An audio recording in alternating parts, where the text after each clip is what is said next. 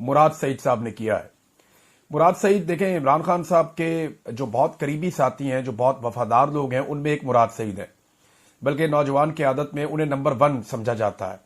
اور عمران خان کے بعد جو شخص عمران خان کے نظریے پہ سب سے زیادہ ڈٹ کر مضبوطی کے ساتھ کھڑا ہوا وہ مراد سعید ہے۔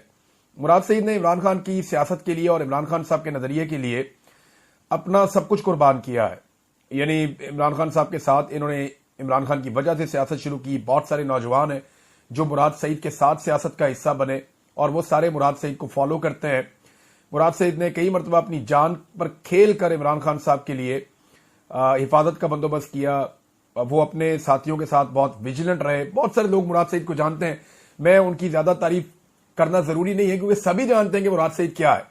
اب اس موقع پر جب ایک مایوسی پھیل رہی تھی، اس موقع پر جب کارکنوں کو اعتماد نہیں ہے لیڈرشپ کے اوپر، اس موقع پر مراد سعید نے ایک بڑا اعلان کیا ہے، اور ان کے اعلان سے بظاہر یہ لگتا ہے کہ اب مراد سعید نے ذمہ داری اپنے کندھوں پر اٹھانے کا فیصلہ کیا ہے، کیونکہ ایک مایوسی ہے۔ کئی دنوں سے نوجوان لگاتار رابطہ کر رہے ہیں، مختلف پلیٹ فارمز کے اوپر، مختلف جگہوں کے اوپر ان کی بات چیت ہو رہی ہے۔ کچھ اراکین اسمبلی ہیں، وہ بھی مایوسی کا اظہار کر رہے ہیں اور وہ بتا رہے ہیں کہ ہم ڈائریکشن لیس ہیں اس وقت، ہماری لیڈرشپ پر ہمیں بھروسہ نہیں رہا کیونکہ وہ ہمیں بار بار اکیلا چھوڑ دیتے ہیں، اور عمران خان کو جیل سے نکالنا بہت ضروری ہے اور اس کے لیے کوئی لایا عمل ہمارے پاس نہیں ہے۔ عمران خان ایک تحریک چلانے کی بات کرتے ہیں اور ہماری لیڈرشپ ہمیں تحریک چلانے کے حوالے سے کوئی لایا عمل نہیں دے رہی، کوئی ڈائریکشن نہیں ہے، کچھ ہمیں نہیں بتایا جا رہا۔ یعنی اگر عید کے بعد تحریک چلانی تھی تو رمضان المبارک ایک ایسا مہینہ تھا جس میں تیاری کی جاتی۔ جنہوں نے تحریک چلانی ہوتی ہے وہ فوری طور پہ اناؤنس کرتے ہیں، لوگوں کو نکلتے ہیں اور باہر آ جاتے ہیں، جیسا کہ اختر مینگل صاحب نے کیا، جیسا کہ بلوچستان میں مختلف گروپس کر رہے ہیں۔ لیکن یہاں قیادت جو ہے وہ ذہنی طور پہ بھی تیار نہیں ہے اور عملی طور پہ بھی کچھ نہیں کر رہی، تو نوجوانوں کا یہ گلہ اور شکوہ تھا۔ ایسے میں مراد سعید صاحب کا جو سٹیٹمنٹ ہے وہ میں آپ کے سامنے رکھتا ہوں، آپ کو اندازہ ہو جائے گا کہ کیسے انہوں نے اب ذمہ داری اپنے کندھوں پر لی ہے۔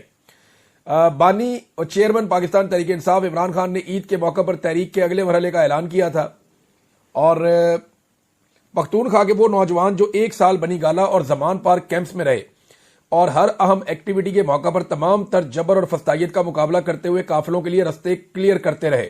انشاءاللہ 6 اپریل کو ان جانثاران عمران خان کنونشن کا انعقاد ہوگا۔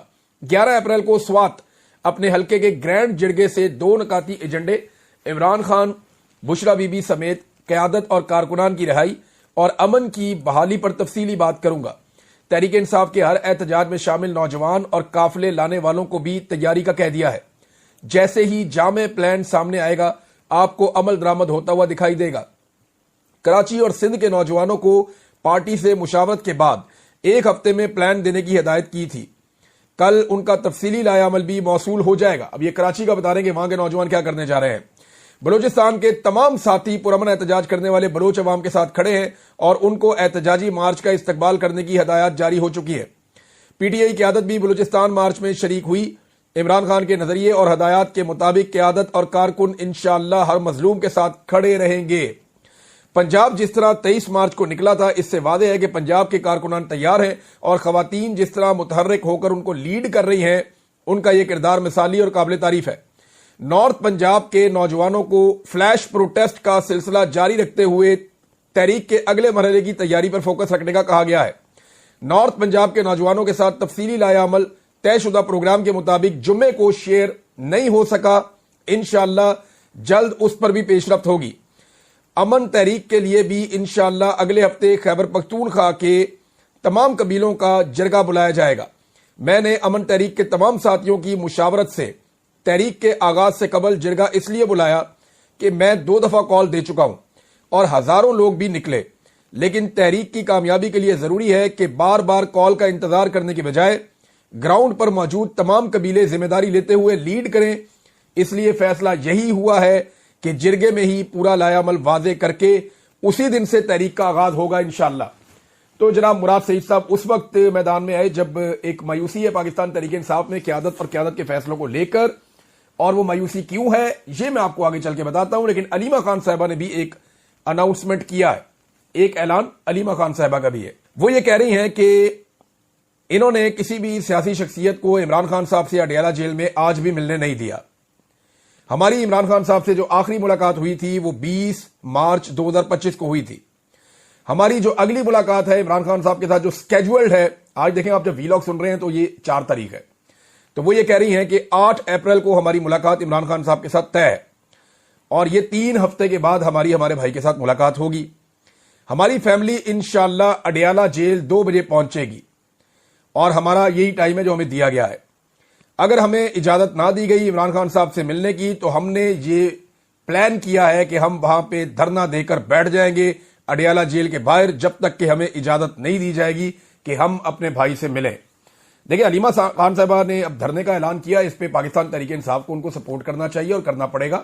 عمران خان صاحب کی فیملی اس وجہ سے دھرنا کرنے جا رہی ہے کہ عمران خان صاحب سے فیملی کی ملاقات نہیں کروائی جا رہی، اور اگر یہ پارٹی اپنے لیڈرشپ کے لیے انصاف نہیں لے سکتی، لیڈر کی فیملی کے لیے نہیں لے سکتی، تو پھر تو یہ بڑے مسائل پیدا ہو جائیں گے۔ پارلیمنٹ کی سب سے بڑی جماعت ہے، سینٹ میں ان کی بڑی اکثریت ہے، قومی اسمبلی میں سب سے زیادہ ممبرز ان کے پاس ہیں، ایک صوبے میں ان کی حکومت ہے، اور پورے پاکستان میں اگر فارم 45 کے مطابق دیکھا جائے تو 2/3 سے زیادہ انہوں نے اکثریت لی ہوئی ہے، 70% عوام ان کے ساتھ کھڑی ہے یا شاید اس سے بھی زیادہ۔ تو اگر یہ بھی انصاف نہیں لے سکتے اپنی لیڈرشپ اور اپنے لیڈر اور ان کی فیملی کے لیے، تو پھر تو یہ بہت ہی بڑی ماڑی گل ہو جائے گی، پنجابی میں کہتے ہیں۔ اچھا، اب یہ 2 اعلانات ہوئے ہیں، اب میں آپ کو بتاتا ہوں کہ ایکچولی اندر گیم کیا چل رہا ہے۔ امریکہ سے جو مہمان آنے والے ہیں نا، ان مہمانوں کے لیے اصل تیاری کی جا رہی ہے۔ یہ جو مذاکرات کی پوری کہانی سنائی گئی آپ کو، چیزیں بہت ساری آپ کے سامنے رکھی گئی، یہ ساری کہانی اس لیے ہے کہ امریکہ سے مہمان آ رہے ہیں اور ان مہمانوں کے استقبال کی یہ تیاری ہے۔ مذاکرات کا ماحول بنایا جا رہا ہے، عمران خان صاحب کو قائل کرنے کی کوشش کی جا رہی ہے، کوشش ہے کہ عمران خان صاحب بات مان جائیں، اور اسی کوشش میں عمران خان صاحب کی کچھ ایسے لوگوں سے ملاقاتیں کروائی گئیں جو اسٹیبلشمنٹ اور عمران خان دونوں کے قریب ہے۔ یعنی بیرسٹر سیف ہو گئے، وہ اسٹیبلشمنٹ کے ہی ایک قریبی آدمی ہے، جیسا کہ میں نے آپ کو بتایا کہ جیسے شہباز شریف کے ساتھ محسن نقوی ہے، ایسے ہی علی امین کے ساتھ بیرسٹر سیف ہے۔ دونوں بندوں کو جو ہے وہ آپ سمجھ لیں، وہ شہباز شریف سے تگڑا ہے، یہ علی امین سے تگڑا ہے۔ اور اسی طرح آدم سواتی کو بھیجا گیا کہ آپ جناب جا کے منائیں عمران خان صاحب کو، آپ کی وہ بات مانتے ہیں، تو انہوں نے بھی جا کر کہا کہ جی اسٹیبلشمنٹ کے ساتھ آپ مذاکرات کے لیے مجھے آپ چن لیں، آپ مجھے موقع دیں، میں جا کے کرتا ہوں، لیکن وہ عمران خان صاحب نے بات نہیں مانی۔ اب گنڈا پور صاحب کو بھیجا گیا، 2.5 گھنٹے ان کی بھی ملاقات کروائی گئی، حالانکہ عمران خان صاحب کو آدھے گھنٹے سے زیادہ ملنے نہیں دیا جاتا، لیکن 2.5 گھنٹے ملاقات کروائی گئی۔ تو عمران خان صاحب کو کوشش کی جا رہی کہ ان کے موقف میں لچک آ جائے، اگر عمران خان صاحب نے بات نہ مانی تو پھر ان کی ملاقات آنے والے مہمانوں کے ساتھ مشکل ہو جائے گی۔ ہو سکتا ہے ہو جائے، زیادہ پریشر پڑے تو، لیکن مشکل ہو جائے گا کہ عمران خان صاحب کی آنے والے مہمانوں کے ساتھ ملاقات کروائی جائے۔ اب کون کون امریکہ سے آنے والے جو مہمان ہیں یا جو کانگریس مین آ رہے ہیں ان کے ساتھ کون کون ملاقات کرے گا؟ انٹرسٹنگ بات یہ ہے کہ پاکستان تحریک انصاف نے اس کی لسٹیں نہیں بنائی، اس کی جو فہرست ہے وہ آپ کی انٹیلیجنس ایجنسیاں بنا رہی ہیں۔ میں آپ کو پھر بتا رہا ہوں کہ پاکستان کی اسٹیبلشمنٹ یہ طے کر رہی ہے کہ پاکستان تحریک انصاف سے جب ملنا چاہیں گے امریکنز تو کس کس کو ہم نے امریکنز کے ساتھ ملوانا ہے، اور ان کو پہلے ہم نے کیا بریفنگ دینی ہے۔